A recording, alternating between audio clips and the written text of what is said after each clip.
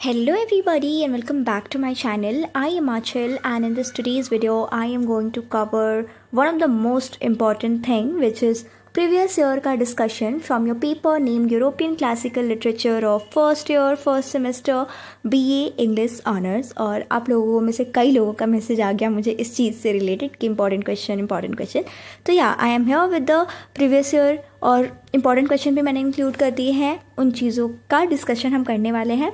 Let's start with the very first question.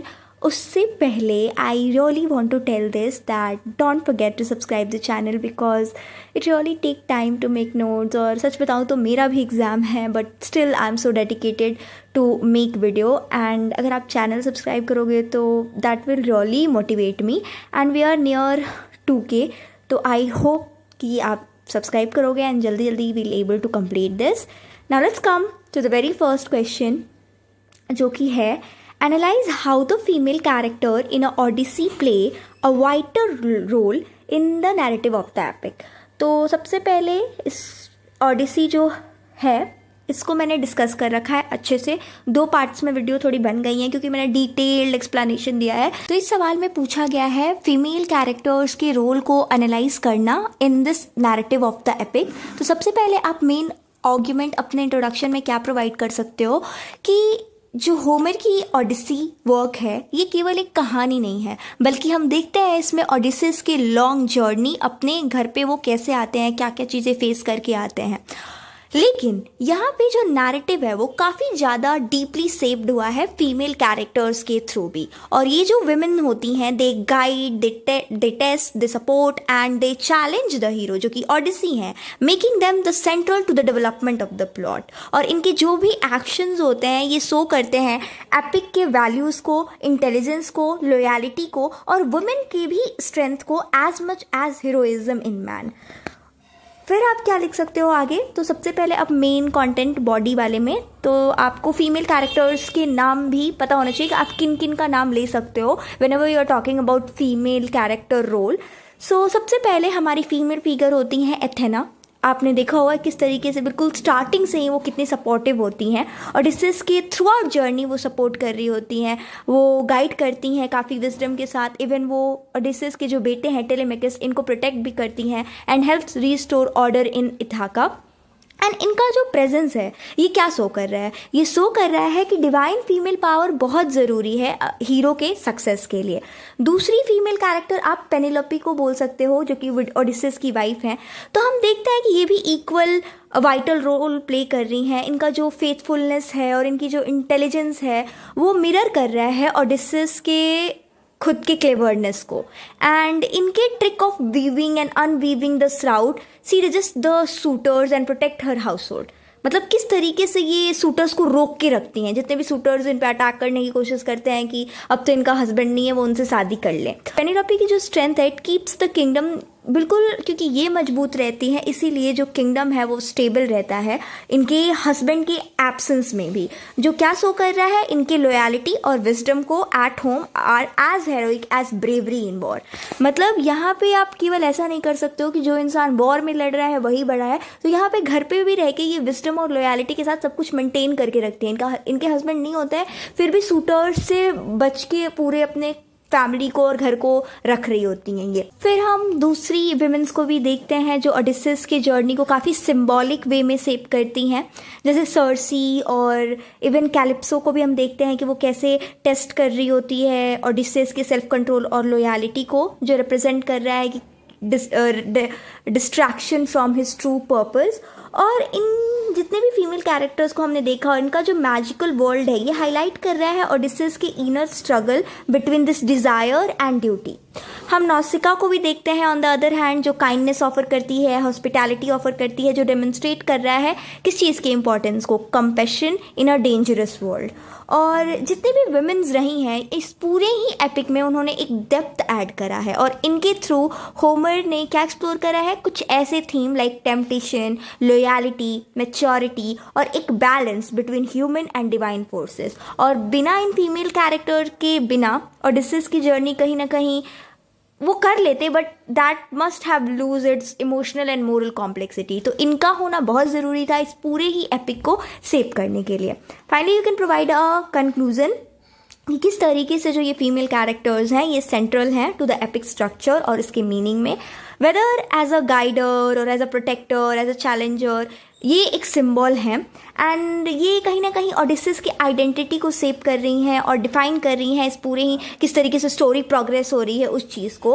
और इनका presence ये भी रिवील कर रहा है that Odyssey is not only a tale of a heroic adventure. केवल ऐसा नहीं कि हीरो के बारे में ही है, no, but it's also a celebration of women's intelligent और उनके इन्फ्लुएंस का भी एक सेलिब्रेशन है ये पूरा ही epic. Okay, next question is that how do we distinguish between tragedy and epic, and I am saying this is one of the most important question।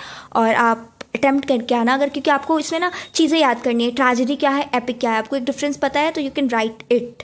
सो इसको डिस्कस करना है by elucidating at least 3 points with the help of prescribed text.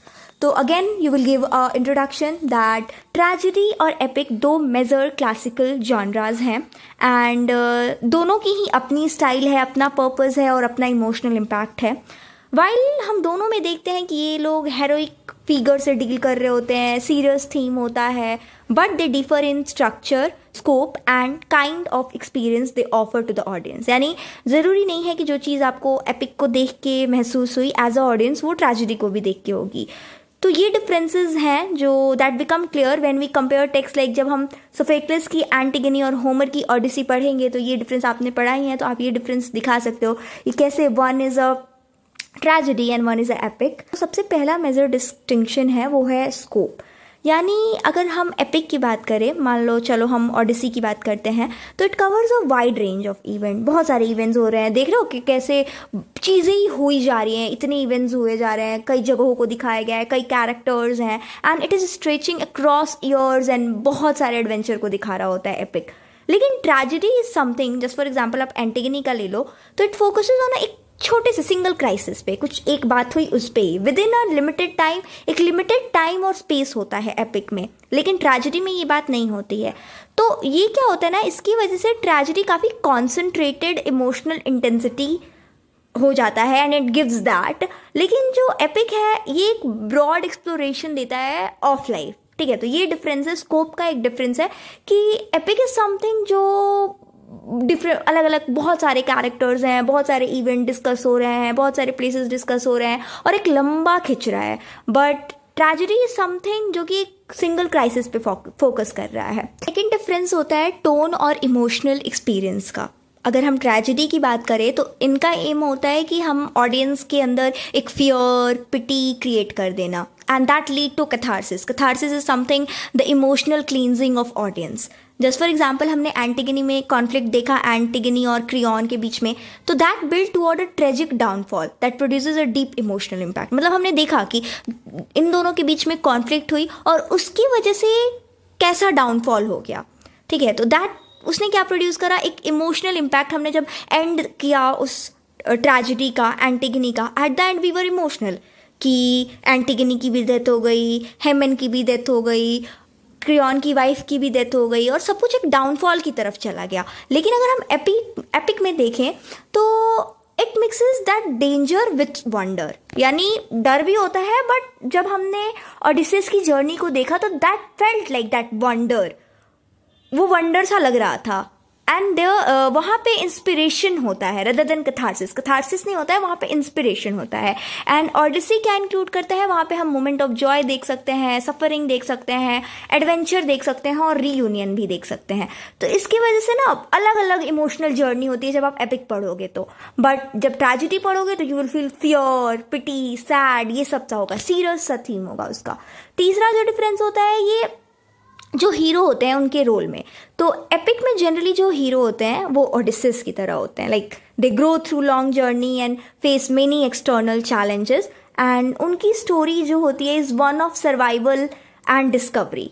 लेकिन जो हमारे tragic hero होते हैं, जैसे crayon अभी मान लो एंटिगनी में हीरो है या फिर एंटिगनी हमारी हीरो है, तो इनका क्या होता है, इनका फॉल होता है, लाइक इनके पास कुछ प्राइड होगा एंड ये ऐसे डिसीजन ले लेंगे या फिर इनका फेट ऐसे कुछ करेगा जिसकी वजह से ये एक डाउनफॉल की तरफ चले जाएंगे, क्योंकि मोरल कॉन्फ्लिक्ट होंगे, ट्रेजिक फ्लो होगा, और ये जो कहानी होगी ना that will teach the audience about responsibility, pride and fate. तो ये तीसरा डिफरेंस है हीरो के रोल में। एपिक वाले में हमने थोड़ा वैसा हीरो देखा जो ग्रो कर रहा है, जो अपने जर्नी को पूरा कर रहा है, लेकिन हमने इसमें देखा ट्रेजेडी में तो जो हमारे हीरो हैं वो डाउनफॉल की तरफ जा रहे हैं। सो या डोंट गेट कंफ्यूज, ये तीनों point you can write it down, ये इजी है एंड आई होप समझ भी आ गया होगा। Finally you can give a conclusion कि while both the genre human struggle को ही एक्सप्लोर कर रहे होते हैं, एपिक प्रेजेंट करता है wide journey filled with adventure, while tragedy concentrate करता है on a powerful moral crisis through works like Odyssey and Antigone. हम क्लियरली देख सकते हैं कि किस तरीके से स्कोप, टोन और हीरो का रोल डिफरेंटिएट कर रहा है दोनों ही फॉर्म में। तो आप ये तीन चीज़ों का एग्जाम्पल ले सकते हो। Now the next question is that critically discuss that how Aristophanes Lysistrata offers serious specific advice in a comic form। यानी जो ये Lysistrata है जिसे एरिस्टोफेन्स ने लिखा है, आप डिस्कस करो कि ये तो एक कॉमिक प्ले है बट किस तरीके से ये कॉमिक के through serious specific advice provide कर रहा है। तो again what are the main thing you can add in a introduction. So सबसे पहले आप बताओगे कि ये एक कॉमिक प्ले है, लेकिन जो भी ह्यूमर इस प्ले में यूज़ करे गए हैं lies a strong political message. लिखा गया है इसे ड्यूरिंग पेलोपोनेशियन वॉर, और हम इस प्ले में देखते हैं कि किस तरीके से जोक्स, एग्जैगरेशन और प्लेफुल सिचुएशन का यूज़ करा जाता है एक सीरियस एडवाइस देने के लिए। और वो एडवाइस कौन सी हैं? जैसे वॉर चल रहा है और ये ह्यूमर्स यूज़ किए जा रहे हैं एडवाइस देने के लिए of peace, of leadership end of social responsibility. और इस कॉमेडी के थ्रू जो हमारे राइटर एरिस्टोफेन है ये चाहते हैं to make this difficult political truth easier for the audience to accept. Now अब क्या क्या चीज़ें सिखाना चाह रहा है, क्या क्या सीरियस एडवाइजेज हैं। तो जो पहला काइंड ऑफ सीरियस एडवाइस है इस प्ले का वो है पीस ओवर प्राइड। यानी ही the writer wants to show that जो ये लंबे टाइम तक ये वॉर जो चला आ रहा है, कहीं ना कहीं इसने एथेंस और स्पार्टा, ये जो वॉर है इन दोनों के बीच में हो रहा है, एथेंस एंड स्पार्टा। तो एरिस्टोफेन ये चीज़ शो करना चाहते हैं कि इसने एग्जॉस्ट करा दिया है, और instead of giving a long political speeches वो ह्यूमरस सेक्स स्ट्राइक को यूज़ कर रहे हैं to reveal how foolish the war has become. मतलब बड़े लंबे स्पीचेस नहीं दे रहे हैं, he is just using this humour ये दिखाने के लिए कि कितना फुलिश वॉर बन चुका है। एंड ये जो कॉमेडी है कहीं ना कहीं ऑडियंस को हेल्प कर रही है समझने में, and it's helping the audience to laugh at their own societies stubbornness, making the message more effective. दूसरा जो एडवाइस जो अपीयर हुआ है विमेन के रोल्स के थ्रू, ऑल्दो प्ले काफ़ी फ़नी है because women take control in a very unusual way, और जो डीपर मैसेज ये है that those who are ignored, जैसे विमेन आर इग्नोर, जो इग्नोर हुई हैं उन वॉर के दौरान, may actually have the clear judgment. Lysistrata speaks with a calm wisdom. हम देखते हैं अपनी प्रोटैगनिस्ट को किस तरीके से she speaks with a calm wisdom while man behave with anger and confusion. और एरिस्टोफेन जो हैं ये कॉमिक रिवर्सल का यूज़ करते हैं इसी ट्रू लीडरशिप को दिखाने के लिए, and he wants to show that true leadership जो है वो रीज़न से आता है, गुस्से से नहीं आता है। आप ऐसे लड़ झगड़ के कहीं आप ट्रू लीडरशिप नहीं दिखा सकते हो, शांति से आता है। और प्ले ये भी एडवाइस दे रहा है अबाउट यूनिटी अमॉन्ग ग्रीक, और कॉमिक के सीन्स के through between Athenian and Spartan man Aristophanes suggest करते हैं that two sides are more similar than different. ज़्यादा वो सिमिलर टाइप हैं दोनों ही side, and their shared suffering from the war is shown in exaggerated and a humorous way. मतलब काफ़ी comic के तरीके से इन्होंने उस वॉर के सिनेरियो को शो करा है, लेकिन जो सीरियसनेस है वो तो रहती ही है। And Greece is destroying itself from within, ये है सीरियसनेस। इस कॉमिक के थ्रू जो हमारे राइटर हैं वो दिखाना चाहते हैं कि ग्रीक कहीं ना कहीं अंदर ही अंदर टूट रहा है, ख़त्म हो रहा है इस वॉर की वजह से, और कॉमेडी एक टूल बन रहा है to highlight a national crisis without directly attacking the audience. तो यहाँ पे our writer Aristophanes has use this way of a comedy के थ्रू उन्होंने रियलिटी दिखाई। Finally you can give a conclusion कि हंसते हंसते लाइक प्ले देख के बहुत लोग हंसे, then Aristophanes offer this meaningful guidance about ending war, recognising wise leadership, seeing beyond political division, and Lysistrata teach that comedy can communicate serious, ये भी मतलब ये चीज़ लाइसिस्ट्राटा जो कॉमेडी है ये शो कर रहा है कि कॉमेडी क्या है, कॉमेडी सीरियस एडवाइस को भी कम्युनिकेट कर सकती है पावरफुल तरीके से than a direct criticism, because humour opens the mind to uncomfortable truth. So yeah, finally you can give this conclusion. Now the next question we have is that discuss the conflict between divine law and human law in Sophocles' Antigone. तो जो ये tragedy है which is written by Sophocles, इसमें किस तरीके से conflict दिखाया गया है डिवाइन लॉ और ह्यूमन लॉ के बीच में, इस चीज़ को आपको बताना है. Again you will give a introduction that इनका जो एंटिगनी प्ले है it's a classical Greek tragedy that centres on a powerful moral conflict. और हम देखते हैं कि किस तरीके से इस पूरे ही प्ले में एक क्लास दिखाया गया है डिवाइन लॉ के बीच में और ह्यूमन लॉ के बीच में, विच डिवाइन लॉ जो भगवान की तरफ से आते हैं और ह्यूमन लॉ जो रूलर्स बनाते हैं. और ये कॉन्फ्लिक्ट को मेनली देखा गया है in the confrontation between Antigone and king Creon. तो आई होप आप बिल्कुल अवेयर हो इस पूरे ही प्ले के समरी से कि किस तरीके से एंटिगनी और किंग क्रियॉन के बीच में इस चीज़ का एक कॉन्फ्लिक्ट आ जाता है. एंड यही सेंट्रल आइडिया होता है प्ले का. एंटिगनी जो है वो क्या रिप्रेजेंट कर रही हैं, ये डिवाइन लॉ को रिप्रेजेंट करती हैं, मोरल ड्यूटी को रिप्रेजेंट कर रही हैं, और ये ऐसा मानती हैं दैट भगवान का लॉ जो है वो इटर्नल है और बहुत ज़्यादा ज़रूरी है. अगर कोई इंसान कोई कमांड बना रहा है, कोई रूलर बना रहा है, उससे भी ज़्यादा ज़रूरी भगवान का लॉ है. इनके लिए जो इन्होंने एक्टिविटी करी जिसकी वजह से ये पूरा कॉन्फ्लिक्ट हुआ, अपने भाई के बरियल प्रोसेस को कर दिया इन्होंने पॉलिनाइकस की. So it was not something like इन्होंने चॉइस, इनकी चॉइस थी, बट अ सैक्रेड ड्यूटी था जो इन्हें करना ही था. इवन दो क्रियॉन ने मना करा था इस बरियल को करने के लिए, एंटिगनी बिल्कुल ओपनली इस बात को डिसोबे कर रही हैं इस लॉ को, क्योंकि इन्हें ऐसा लगता है कि she feels answerable to the god not to the king. और इनके जो एक्शन है वो शो कर रहे हैं this moral courage and deep religious faith. वहीं अगर हम दूसरे हैंड पे क्रियॉन को देखें तो ही इज समवन जो ह्यूमन लॉ को रिप्रेजेंट कर रहे हैं, पॉलिटिकल अथॉरिटी को रिप्रेजेंट कर रहे हैं, एंड किंग ऑफ थीबिस हैं ये. और ये इनका ऐसा मानना है कि लॉ एंड ऑर्डर ज़्यादा ज़रूरी है स्टेट की स्टेबिलिटी के लिए. और वो पॉलिनाइकस को ऐसा देखते हैं कि ये ट्रेटर है और मानते हैं कि इसको पनिशमेंट मिलना चाहिए और सिटीजन के लिए एग्जाम्पल सेट करना चाहते हैं. और क्रियॉन की जो गलती है it lies in his rigid believe that his law is supreme. ये मानते हैं कि मैं सबसे ऊपर हूँ, मेरे लॉ सबसे ऊपर हैं, भगवान से भी ऊपर हैं. और वो रिफ्यूज़ कर देते हैं, जितने भी लोग इन्हें एडवाइस करने की कोशिश करते हैं ये किसी की भी नहीं सुनते हैं. अपने बेटे हेमन की भी नहीं सुनते हैं, जो प्रॉफेट आते हैं टायरेसिस उनकी भी नहीं सुनते हैं, एंटिगनी इतनी समझाने की कोशिश करती है उसका भी नहीं सुनते हैं, कोरस, सब हर कोई इन्हें समझा रहा होता है बट ये सुनते नहीं हैं. और ये जो कॉन्फ्लिक्ट है डिवाइन और ह्यूमन लॉ के बीच में बढ़ता जाता है and it become more intense as the play progresses. और हम देखते हैं कि एंटिगनी को पनिशमेंट मिलती है एंड इसका जो पनिशमेंट है that lead to a chain of this tragic event. मतलब इसके पनिशमेंट के बाद चीज़ें होती रहती हैं जिसमें वी सी एंटिगनी की डेथ, वी सी हेमन का डेथ, वी सी यूरिडाइस का डेथ जो कि वाइफ है क्रियॉन की. और ये जो इवेंट है शो कर रहे हैं the consequences of ignoring moral and religious value in favour of pride and authority. जब आप बहुत ज़्यादा घमंड करने लगोगे तो उसकी सज़ा आपको मिलेगी.